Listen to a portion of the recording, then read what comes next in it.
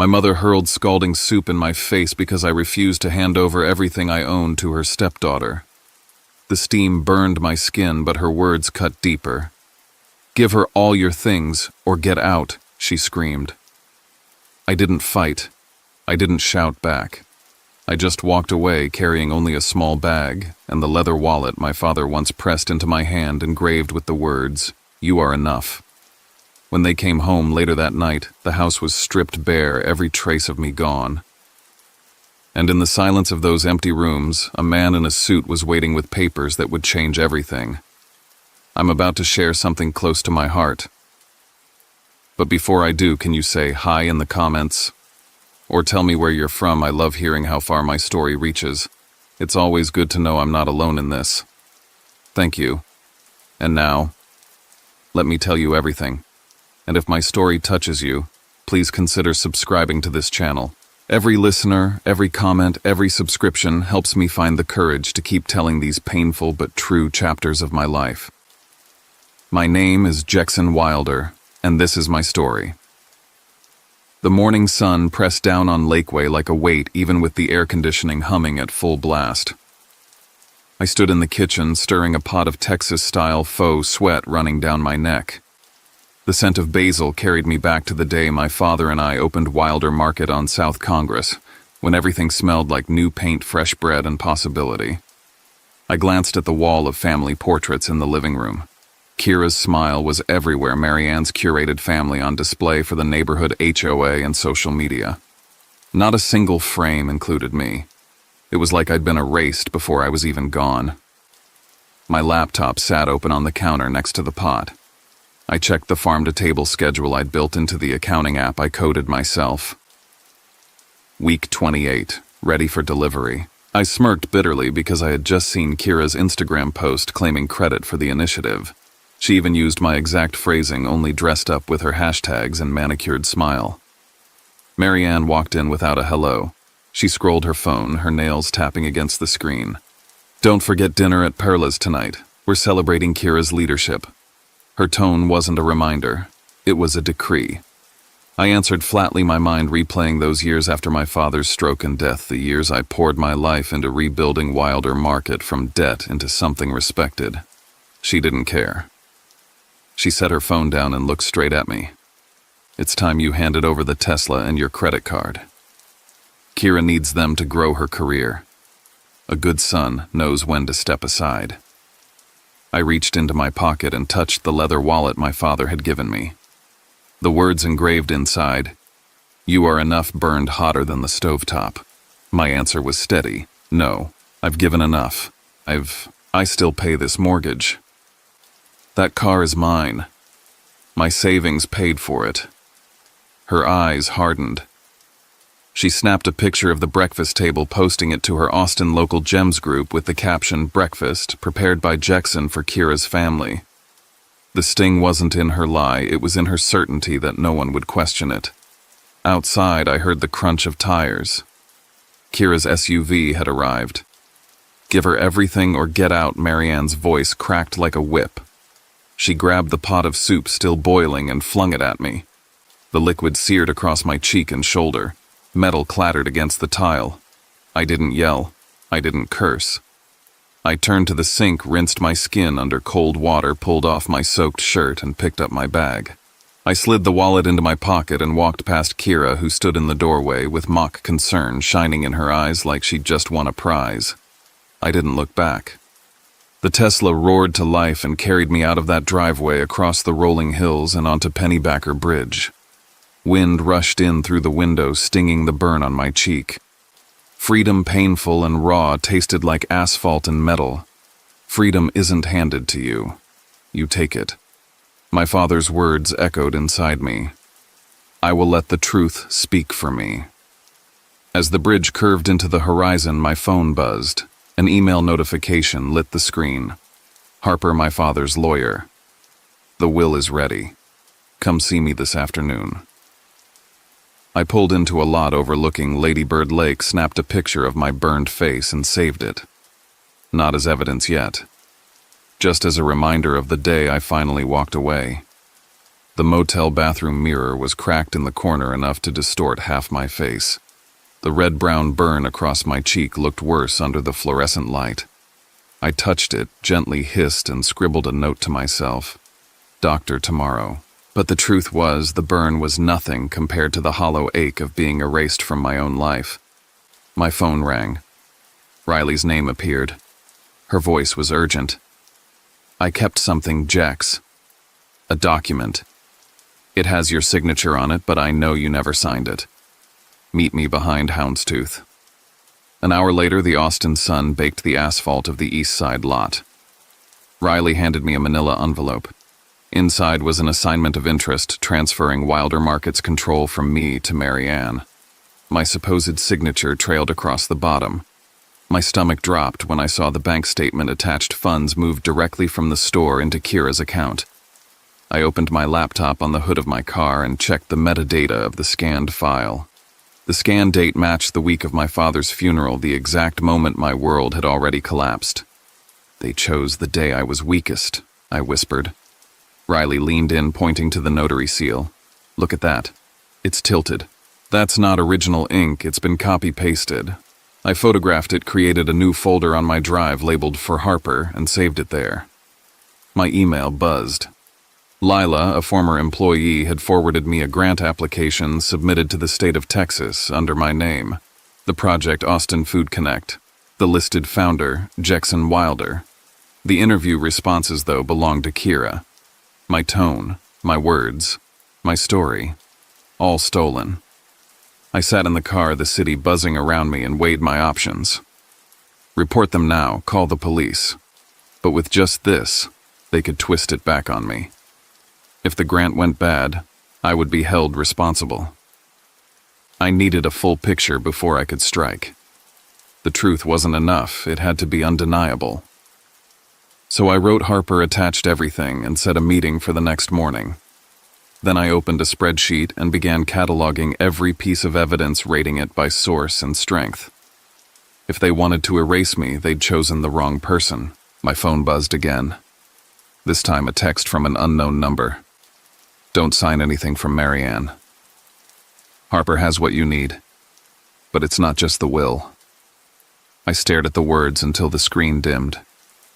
My face throbbed with heat, my shoulder burned, but deeper than either wound was the fire that had finally started to rise. They thought I would stay quiet. They thought I would fold. But I wasn't just a son anymore.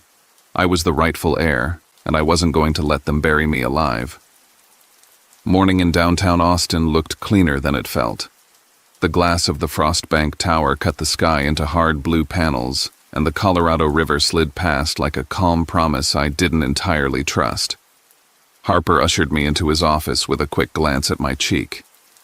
We'll document the injury later, he said, crisp as a docket, and slid a black leather folder across the table. Inside lay the spine of my life. The original will name me the primary owner of Wilder Market. Marianne appeared only as a temporary co-manager if I was incapacitated for up to 12 months after my father's death. The words were steady and simple, the kind my father always preferred. The second document shook me, more a codicil in his careful handwriting, witnessed and sealed. If there was impersonation or falsified paperwork tied to Wilder Market, all managerial rights shifted to me immediately, and counsel could act on my behalf without delay. A fuse already wired. Harper took out a thin envelope and rested his fingertips on it like it might run. This was meant for you 5 years ago, he said. Inside lay a letter in my father's blocky script and a bank key taped to the bottom corner. Jackson, protect what matters. I trust you. Postage receipts showed it had been sent to the house. Harper's record showed it was never delivered.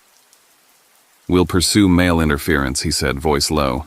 I breathed past the tightness in my chest and slid the forged assignment of interest across to him, followed by the grant files. He compared the notary seal to a register he kept on screen and tapped the name with the back of his pen. Miller. He's on your HOA. A neighbor. He's also had run-ins with Wilder Market about vendor permits. My lungs filled with the kind of slow fury that doesn't need heat to burn. We start with verification, Harper said. Independent handwriting analysis on your signature. A request to the state to put the grant on hold based on identity misuse.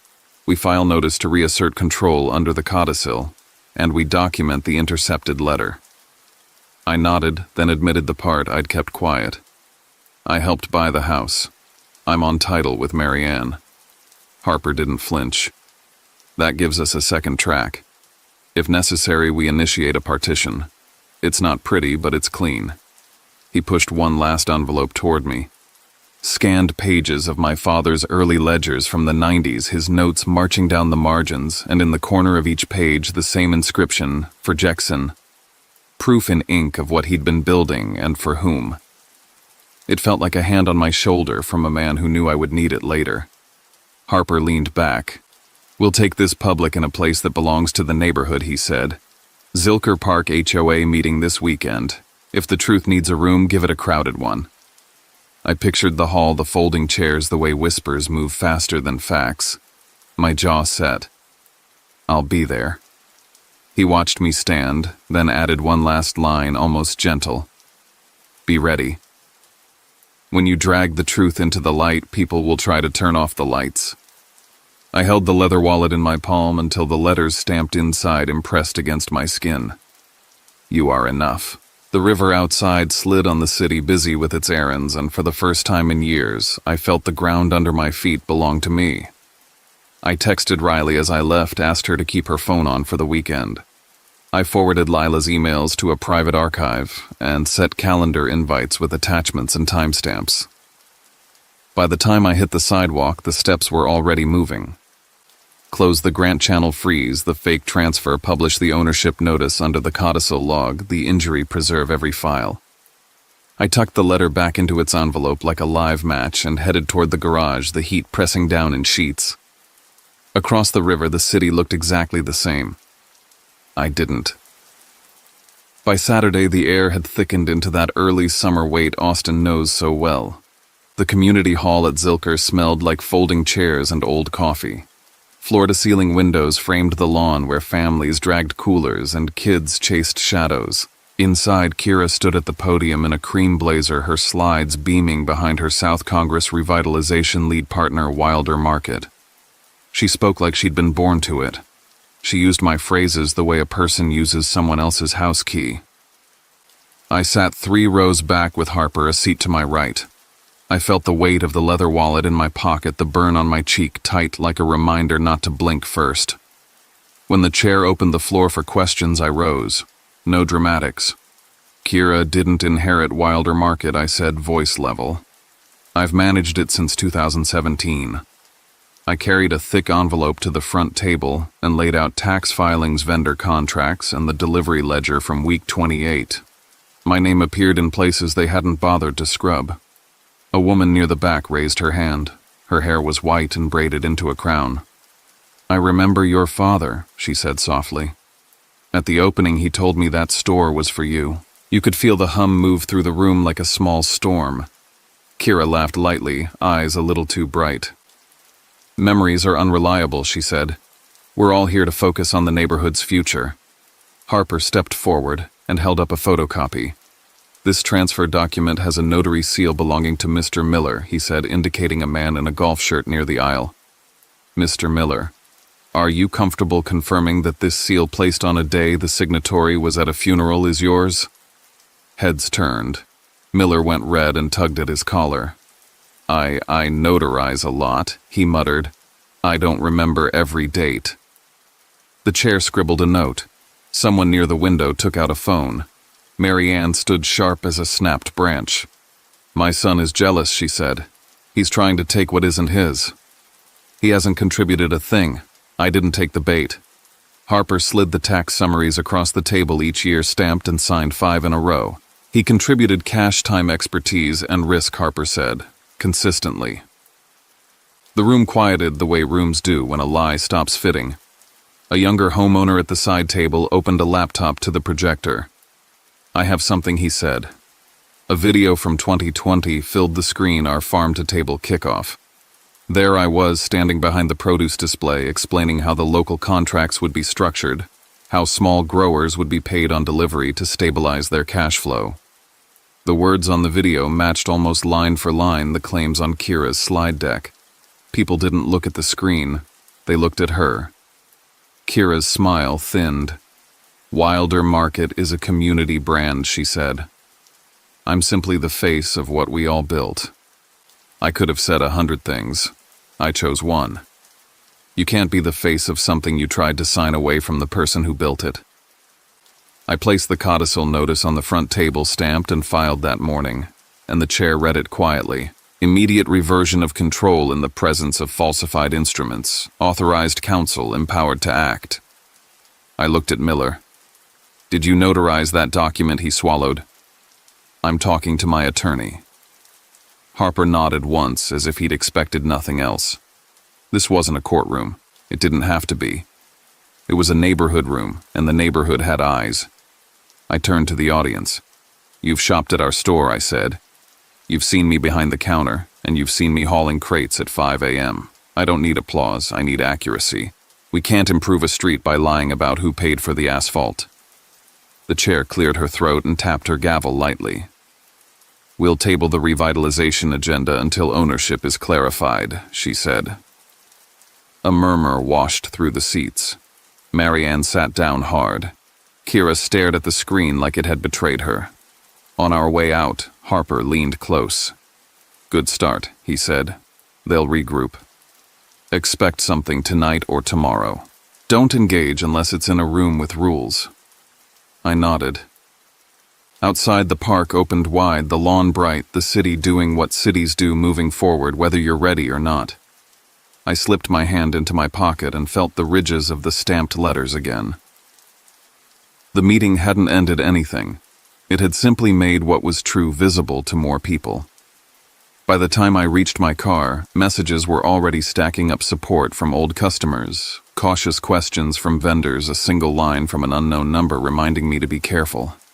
I sat behind the wheel until my heartbeat slowed, then started the engine. I didn't look back at the hall. I didn't need to.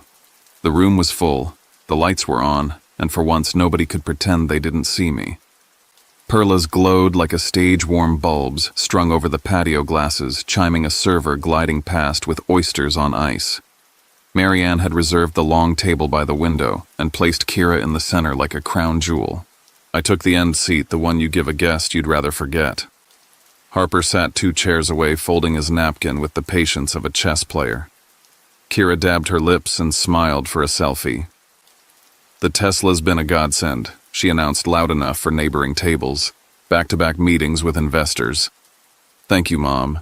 And a little credit to my brother for breaking it in." Laughter circled the table.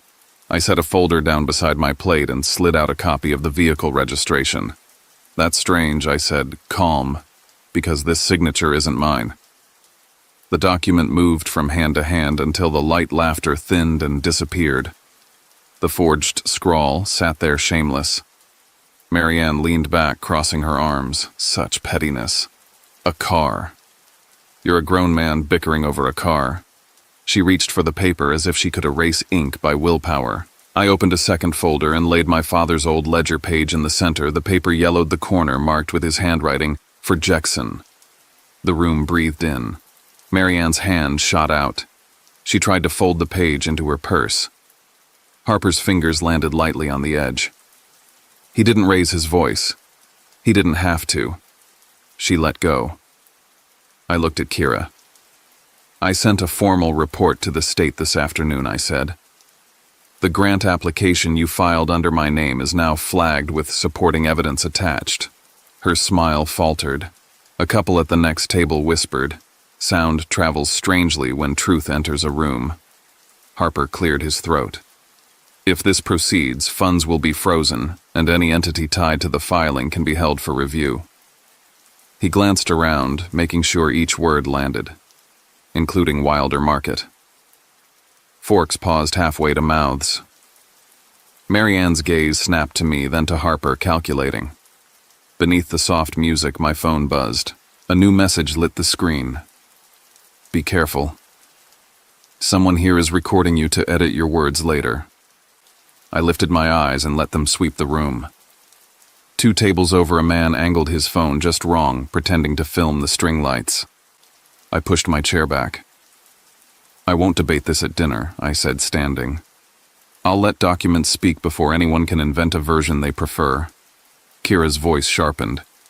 "You're trying to humiliate us in public." I slid the ledger back into its sleeve. "I'm trying to stop you from rewriting my life." I placed cash for my drink beneath the water glass and nodded to Harper. He rose with me. As we stepped away, he murmured, "Next move is theirs. Be ready before they make it." We passed the oyster bar and the carefully curated laughter out into the heat where the night smelled like salt and asphalt. Austin throbbed around us, music from a block away, traffic shrugging along the city, indifferent and alive. I tucked the ledger close to my chest and kept walking. At the curb, Harper paused. "Expect noise," he said. "Posts, messages, little fires everywhere. Don't feed them. We'll set the table where rules apply." I nodded and unlocked the car. The screen on my phone filled with notifications, group chats lighting up, a vendor checking in, an old customer sending a heart. I silenced everything except Harper and Riley, slid behind the wheel and let the engine settle into its low purr. Behind me, Perlas glowed on a room, determined to stay golden even when the gold had peeled. Driving home, I replayed the look that crossed Kira's face when the page with my father's handwriting appeared. Not guilt, not shame. A flicker of inconvenience, like a pebble in a shoe. That was the part that chilled me, how small she thought the truth was. I tightened my grip on the wheel and reminded myself that small things crack foundations if you place them right. Back at the motel, I scanned the documents again, uploaded clean copies to an encrypted drive, and placed the originals in a fireproof bag. I stood at the sink and rinsed my cheek in cool water, the skin tight and new. In the mirror, I didn't look victorious. I looked awake. The text came just after dawn, no punctuation, no kindness. "Back off, or your face won't be the only thing that burns." I took a screenshot, saved the number, sent it to Harper with the subject line retained. The word made me feel steadier than brave. By 10, Harper called. "The state has paused the grant," he said. "On our request. That stops movement. It doesn't end scrutiny. On paper, you're the applicant." I sat down on the edge of the motel bed. "So they can look at me," I said. "They should. The sooner we show them what's real, the better." He agreed. "We'll get ahead of it with a sworn statement, exhibits attached." Riley met me in the back lot of my old office park, a place that still smelled like summer tar and vending machine coffee. She held a flash drive like a relay baton. "We got into the legacy mail server," she said. "Archival folder. Someone tried to purge it, but they didn't finish." On my laptop, her recovered thread opened like a trapdoor. Kira emailing Marianne a year ago about a plan to scrub my name from every public-facing asset drafts attached for posts that would announce she'd been running the store since 2020. The send date was my birthday. I felt something inside me knock once, then go still. I forwarded the packet to Harper and labeled it plainly Communications Re-Removal Plan. When the progress bar completed, I pulled up the Tesla account on my phone and exported the trip log. The day of the so-called transfer, the car never left the east side of the city with me in it. Later that afternoon, it pinged briefly at a strip mall where a small notary office shared space with a tax preparer. I dropped a pin, saved the map, and sent the location data along with the time-stamped route. The story they'd built wobbled the moment gravity hit it. Lila's message arrived just as I closed my laptop. She'd found a short, grainy clip from the store's back-office camera saved to a hidden folder by habit more than foresight. The audio was muddy, the angle poor, but Marianne's voice carried clearly enough. "We borrow his name to get the doors open, then we take the name off the door." Kira answered softer, the words clipped by the mic. "People trust him.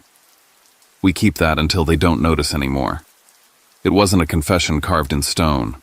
It didn't need to be. It showed intent like a shadow shows shape. I walked the perimeter of the lot to clear my head. Delivery trucks rattled the alley.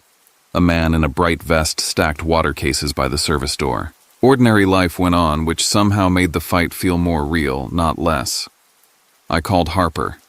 He listened to each piece, asked for file hashes, asked Riley to sign a short declaration about the recovery path. Then he said, "It's time. Mediation." I'll request dates. Bring everything. Everything meant more than paper. It meant the day my mother threw a pot at my face because I said no. It meant a childhood of shrinking to fit a frame that never included me. It meant the ledger corners my father marked for a future he wouldn't see. I drove to his grave and sat in the heat with the engine off and the windows down. "I'm doing it the way you'd want," I said out loud, the words floating up and falling back warm as breath. That night the city leaned into itself. I walked from the motel to the corner taqueria, kept my head down, listened to the sizzle in the radio and the soft murmur of people who weren't performing for anyone. When I got back, another unknown number had left a voicemail, heavy breathing, and the click of a lighter. I saved it, made a note, turned my phone face down. I spread the documents across the small desk: registration ledgers, grant archive email threads, location reports, the letter, the codicil. The pattern was plain. This wasn't a bad argument that got out of hand. It was a structure planned and layered: falsify, redirect, erase, present a new story until the old one stopped being believed. A map of how to steal a life without leaving a visible burglary. Harper texted close to midnight. Mediation confirmed. 3 days. We put all the cards down, he wrote. No emotion, just sequence and proof. I typed back, understood. Then I added the only thing that mattered to me. It's been 5 years. I'm ready. I turned off the light and lay in the dark with the wallet in my hand, the letters inside pressing softly into my palm. On the other side of the wall, someone laughed. A door slammed. A television muttered through a sports recap. I counted my breaths until the city settled and the night let me in. Somewhere near sleep, I saw the market the way it looked when we cut the ribbon. My father's shoulders squared, his hands steady, my name clean on the sign. I kept that picture because it was true, and because in 3 days I would need every true thing I had. The conference room at Harper's office was silent except for the hum of the air system and the soft rush of the Colorado River beyond the windows. Marianne and Kira sat opposite me, their postures sharp with rehearsed confidence. I placed my father's leather wallet in front of me on the polished table, a small anchor against the tide. The mediator cleared his throat, but Harper didn't wait for ceremony. He opened the folder of evidence and began laying each piece down like cards in a game they were about to lose. First came the forged transfer document, the seal exposed as belonging to a neighbor whose credibility was already unraveling. Then the Tesla logs, bright on the projector, showing where the car had been on the day of the supposed signature, nowhere near me, nowhere near that notary office. Next were the emails Riley had salvaged outlining Kira's plan to erase me from Wilder Market's history. Finally, Harper cued the grainy office video. The room filled with Marianne's voice discussing how they'd use my name until it no longer mattered, then cut me out entirely. Kira sat stiff, her jaw locked, but her eyes betrayed the fear creeping in. Harper lifted the codicil. He read aloud my father's condition: if impersonation or falsification were proven, control shifted immediately to me with legal authority vested in Harper to act on my behalf. The mediator nodded, confirming its legitimacy. Marianne slammed her palm against the table. "You are a traitor to your family," she spat, her voice ragged. "Your father would be ashamed." Kira tried to steady her, but the weight of the codicil hung heavy. For the first time, she avoided my eyes. I opened the final envelope and withdrew the letter my father had written, the ink dark and steady. "Jackson, protect what matters. I trust you." My voice cracked slightly as I read it aloud. Marianne lunged, hand outstretched, but Harper intercepted her with a calm, firm gesture. The mediator asked if they would contest the document. Neither spoke. Silence filled the room, louder than shouting.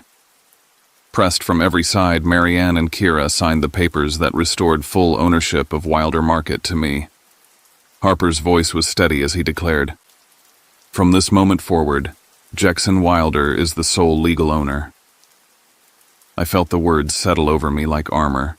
Years of being erased, of being the ghost in my own family's story, closed with a signature. Later that day, Marianne and Kira returned to Lakeway. The house I had once fought to hold together no longer belonged to me. Through the partition process, my share was removed, my possessions already gone. They opened the front door to a hollow shell. Every trace of my life books, photographs, even the kitchen tools I had bought was gone. In the living room, only their belongings remained. A man in a dark suit stood waiting. He handed them the notice the house had been listed for sale, a process triggered by the legal division of assets. I wasn't there to see Marianne sink into the couch or hear Kira's furious protests. I was already on the road, the evening sun painting the hills in molten gold. My father's wallet rested on the passenger seat. I whispered to myself, I don't belong there anymore, and pressed the accelerator toward something freer, something untouched by their poison. My new apartment in East Austin was small, a single bedroom with a view of the street below where taco trucks and late-night laughter floated through the air. It wasn't Lakeway's manicured calm, but it was mine. On the wall, I hung the painting my father had made of Wilder Market, his handwriting in the corner for Jackson. On the shelf, I placed the soup bowl Marianne had once thrown across the kitchen, cleaned and repurposed, as a reminder of what I had survived. One morning, my inbox pinged with an email from a longtime customer. Thank you for keeping Wilder Market the heart of South Congress, it read. The words filled a space in me that family never had. It was recognition without strings, respect without performance. I sat with that feeling, letting it warm the quiet room. Weeks later, the Central Library invited me to speak. The event hall smelled of books and cedar light slanting through tall windows. I stood at the podium and told the story of what had happened not as an accusation, but as a truth I had carried too long. Freedom isn't winning, I said. It's knowing when to let go. Faces nodded back, some wet with tears, others set with resolve. When I finished, a man approached me quietly. He confessed he had once worked under Marianne and suffered her manipulation too. You're not alone, he said. That simple admission stitched another wound I hadn't known was still open. At home, I began writing. The title of the first chapter came easily the day I walked away. I posted a short excerpt on LinkedIn. Within hours, messages poured in, people I'd never met, thanking me for voicing what they couldn't. For the first time, I understood that my story wasn't just mine. It belonged to anyone who had been silenced, diminished, or cast out by those who should have loved them. One afternoon, I stopped at Whole Foods downtown. In the produce aisle, I nearly collided with Marianne. No shouting this time. No performance. Just tired eyes that once held fire. We stood there, the hum of refrigerators filling the space between us. I gave her a small nod, not of forgiveness, but of closure. She looked away and walked on. I felt no anger. Only release. Outside, the Texas sun blazed down, music spilled from a food truck parked at the curb, and the air smelled of lime and cilantro. I stepped into the light and breathed it in. I lost a family, I told myself, but I found myself. The words weren't bitter. They were true. And as I walked toward the rhythm of the city, I realized that truth was all I had ever needed. I never imagined that freedom would look like this. Not a courtroom victory. Not applause from a crowd. Just a quiet apartment in East Austin, a shelf with a soup bowl that once carried violence but now holds memory, and a painting from my father with 3 words for Jackson. That's all. That's enough. For years I tried to earn love that would never come. I thought if I worked harder, gave more, carried the weight of Wilder Market, maybe my mother would see me. Maybe Kira would respect me. But families built on manipulation do not reward devotion. They devour it. It took scalding soup and a scar on my face to teach me that sometimes blood isn't thicker than truth. Sometimes blood is just another chain you have to break. What I learned is this survival isn't just about walking away. It's about reclaiming the parts of yourself that others tried to erase. Every ledger line my father wrote, every plan I built for the store, every late-night coding that scheduling app, those weren't wasted years. They were proof that I existed, that I mattered, that I created something enduring. The people who tried to steal that from me underestimated one thing: my ability to stand back up. Standing back up doesn't mean rage. It doesn't even mean revenge. It means choosing peace over poisoned facts, over falsehoods and boundaries, over begging for recognition. The day I finally let the document speak instead of my pain, I realized I didn't need to convince anyone. The truth was strong enough on its own. And once I saw that, I stopped chasing a family that never wanted me. Do I still feel loss? Yes. The ache doesn't vanish. When I see other families gathered around a table in harmony, there's a quiet pang inside me. But I no longer measure my worth against what I lacked. I measure it against what I've built: resilience, clarity, independence, and a new life where my story belongs to me. That's the inheritance my father really left me, not the store, not the house, but the courage to protect what matters. Maybe you felt it too. Maybe someone close to you tried to erase you, silence you, tell the world you weren't enough.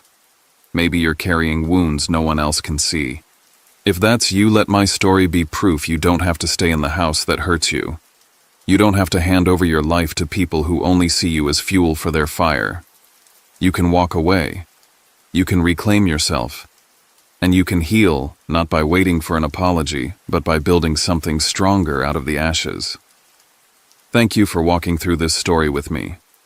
If it resonated, if it stirred something in you, please let me know. Drop a comment, share where you're from, or simply say I hear you.